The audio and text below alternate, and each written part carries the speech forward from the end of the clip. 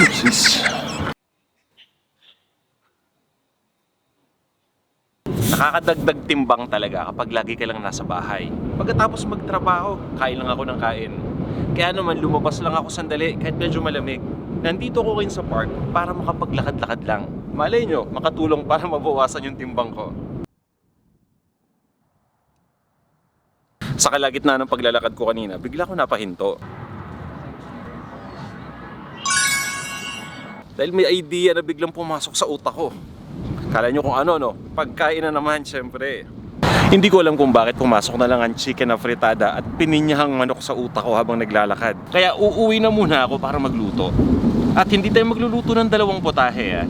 Pagsasamahin natin yan, gagawa tayo ng twist. At habang nandito ako, siguro magbabasa na rin tayo ng mga shoutouts natin para mamaya pagkatapos ng video, makita ninyo kung kasama kayo. Okay? Welcome sa Panlasang Pinoy. Pagsamahin natin yung chicken apretada at yung pininyahang manok. Kaya ang lulutuin natin ngayong araw na to ay tinatawag na pineapple chicken apretada. Ito yung mga ingredients na gagamitin natin para sa ating featured recipe. Chicken, nahiwa ko na to into serving pieces. Ito naman yung patatas. Hiniwa ko lang into cubes. Pineapple chunks. Ito yung delata. Maliit na lata lang yung gamit ko. Red and green na bell pepper. Kailangan din natin ng carrot, pati na rin ng tomato sauce. Sibuyas, bawang, ng dahon ng laurel o dried bay leaves, patis, ground black pepper, tubig, at ng Knorr chicken cube. Bukod dito, gagamit din tayo ng mantika. At eto naman yung kumpletong listahan ng mga ingredients na yan. Kung ready na kayo, tara na, mag-umpisa na tayo. Magigisa muna tayo, kaya nagpapainit lang ako ng mantika dito sa pan. At nilalagay ko na kagad yung bawang. Sinasabay ko na maluto yung bawang habang umiinit pa lang itong mantika. Nang sa ganun ay maiwasan natin itong masunog kagad. Ang nangyayari kasi niyan, habang papainit pa lang yung mantika, unti-unting maluluto itong bawang. Kaya sigurado tayo na pati yung loob na part talagang magiging tostado rin. Huwag nyo nang kakalimutan na halu-haluin ito habang niluluto. At yan, halos ready na to. At this point ay okay na yung bawang. Ilagay na natin yung sibuyas. Ang gamit ko ay dilaw na sibuyas na chinop ko lang. Pwede kayong gumamit ng pula o na puting sibuyas so wala tayong problema pagdating sa kulay. Ituloy lang natin ang pag-isa hanggang sa lumambot na yung sibuyas. At i-ready na natin yung manok. Ito na yung manok na hiniwa ko lang into serving pieces. So pag sinabi nating serving pieces, nasa sa inyo yan kung gaano kalaki o kaliit yung gusto ninyong gawing hiwa sa manok. Niluluto ko lang yung isang side hanggang sa maging light brown na yung kulay. At pagkatapos ay binabali-baliktad ko lang ito. At once na maging light brown na lahat ng sides ng manok, ay pwede na tayong maglagay ng tomato sauce. Ang gamit ko ditong tomato sauce ay yung maliit na lata. Katumbas yan ng 8 ounces. Maglalagay na rin tayo ng pineapple juice. Pag sinabi nating pineapple juice, ito yung juice na kasama doon sa lata ng pineapple chunks. Kumbaga i-filter out muna natin yung pinya. Mamaya na natin yan lalagay. At syempre, dahil kailangan nating pakuluan itong manok hanggang maluto at lumambot, maglalagay din tayo ng tubig. Haluin lang muna natin ito ng bahagya. At pabayaan lang natin kumulo yung liquid. Para mapabilis yung pagkulo, takpan lang muna natin itong lutuan. At this point, nakikita ninyo na unti-unti nang kumukulo, no? So maglalagay lang tayo dito ng Knorr chicken cube. Para sa akin, ito lang talaga yung ating kailangan para mabigay yung buong-buong lasa ng manok. Dito sa ating pineapple chicken afritada. Hahaluin ko lang muna at pagkatapos yan ay maglalagay na tayo ng dried bay leaves o yung pinatuyong dahon ng laurel.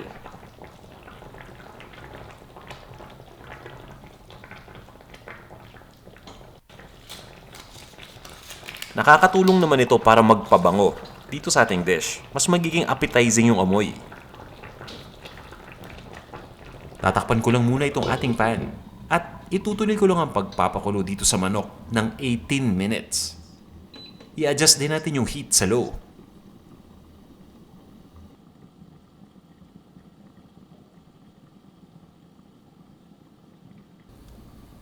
Makaraan ng 18 minutes, ibabaliktad ko lang itong manok para naman maging balanse yung pagkakaluto ng parehong sides.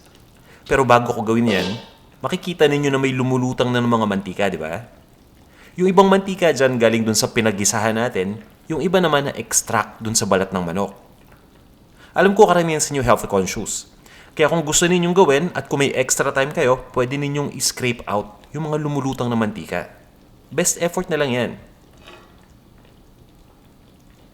At kung gusto talagang hindi maging mamantika itong ating niluluto, pwede kayong gumamit ng manok na walang balat.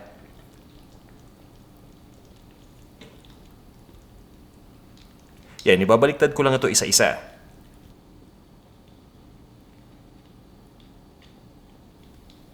At tatakpan ko ulit yung ating lutuan.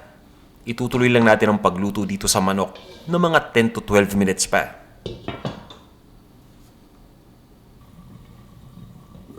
At this point ay sigurado tayo na lutong-luto na yung manok. Pwede na nating ilagay yung ibang mga sangkap. Ito na yung pineapple chunks. Mas masarap yung chicken afritada kapag may konting pineapple. Kaya yun yung ating niluluto. Ito naman yung carrot. At isusunod na nating ilagay yung patatas. Pagdating sa patatas, makikita ninyo na nakababad ito sa tubig. Binababad ko talaga yan habang hindi pa natin ginagamit kagad dahil kapag in-expose natin ito sa open air ay nagiging brown yung patatas. Kumbaga nag-o-oxidize ito. Kaya para maiwasan ng pag-brown, binababad ko palagi yung patatas na nahiwa na sa tubig. At tinatanggal ko lang yung tubig bago natin ito iluto. Ngayon naman kailangan lang nating takpan itong ating lutuan. Para naman lumabot pa yung mga gulay, lulutuin pa natin ito ng 10 minutes. At makaraan ng 10 minutes, okay na to. Maglalagay lang tayo ng panimpla. Gumagamit lang ako dito ng patis. At ng ground black pepper. Pero pwede kayong gumamit ng asin ha. Kung yung iba sa inyo alam ko hindi mahilig sa patis o ayaw gumamit ng patis, okay lang na asin ang gamitin ninyo. Pagdating naman sa ground black pepper, nasa sa inyo rin kung gaano karami. Pwede rin kayong gumamit ng ground white pepper. Hahaluin ko lang muna ito. Siguraduhin lang natin na na-distribute na natin yung mga seasoning. At pagkatapos, ilagay na natin yung pinakahuling sangkap. Ito na yung bell pepper o yung ating capsicum. Pagdating dito sa ingredient na to, pwede kayong gumamit ng kahit anong kulay. Kahit isang kulay, okay lang yan. Mahilig lang talaga akong pagsamahin ang pula at yung kulay green o yung luntian para dun sa contrast. Mas maganda kasi sa mata. Para sa akin, mas appetizing yan tingnan. Tatakpan ko lang to at lulutuin ko lang ito ng 3 minutes. Mas gusto ko kasi medyo crunchy pa yung bell pepper kapag kinakain ko. After 3 minutes ay ready na to. Pero naiintindihan ko na yung iba sa atin ayaw nung masyadong crunchy na gulay. Gusto yung talagang napakalambot. So kung isa kayo dun sa mga yon, pwede pa ninyo itong lutuin ng mas matagal. Pero para sa akin, eto, saktong-sakto lang to. At ready na tong ating niluto. Ililipat ko lang ito sa isang serving bowl. Siguraduhin nyo na may sinaing na kayo ha. At pagkatapos, iserve na natin to.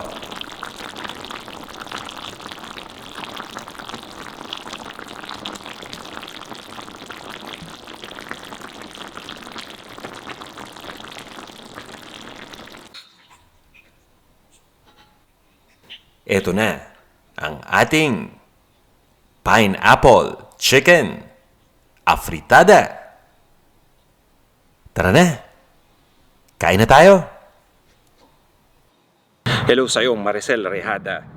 Hi rin, Happy Thoughts at kay Spicy Pinas.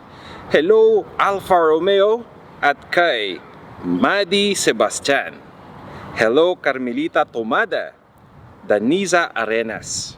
Hi rin sa'yo, Sara KW. Kay Buhay Abroad, 99% or 99 to present. Hello rin sa'yo, Mary Ann Bigornia. Kay Happy Kulit at kay Josie Gold Muscat. Hi sa'yo, Jomar Bolusan, Ana Samonte. Hello rin, Mobile World. Kay Ferdinand Policena. Hi sa'yo, Farina. Kay Nemi Moldes. At kay Micro Simple Craft. Hello, Noel Valencia. Rowena Kimno. Hi rin sa'yo, AADA Gaming. At kay Neri Moldes. Guys, kung may mga tanong kayo mag-comment lang din kayo, may mga feedback. Pero to, tuloy pa natin. Hello sa'yo, Rosalinda Dairit.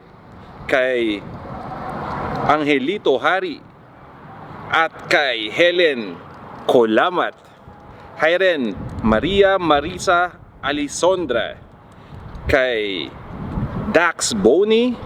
At kay Grace Baguio. At eto, last two. Hello sa'yo, Migs and Twins. At kay Cheryl Prado. Maraming salamat sa inyong lahat sa pag-comment palagi dito sa ating Panlasang Pinoy YouTube channel. Gaya nga na nasabi ko, may mga katanungan kayo, feedback, suggestions o recipe request, mag-comment lang kayo. At huwag niyong kakalimutang bumisita sa panlasangpinoy.com. Yun yung ating website kung saan nakalagay yung kumpletong recipes ng mga featured videos natin at marami pang iba. Magkita-kita tayo ulit sa ating susunod pang video. Hanggang sa muli!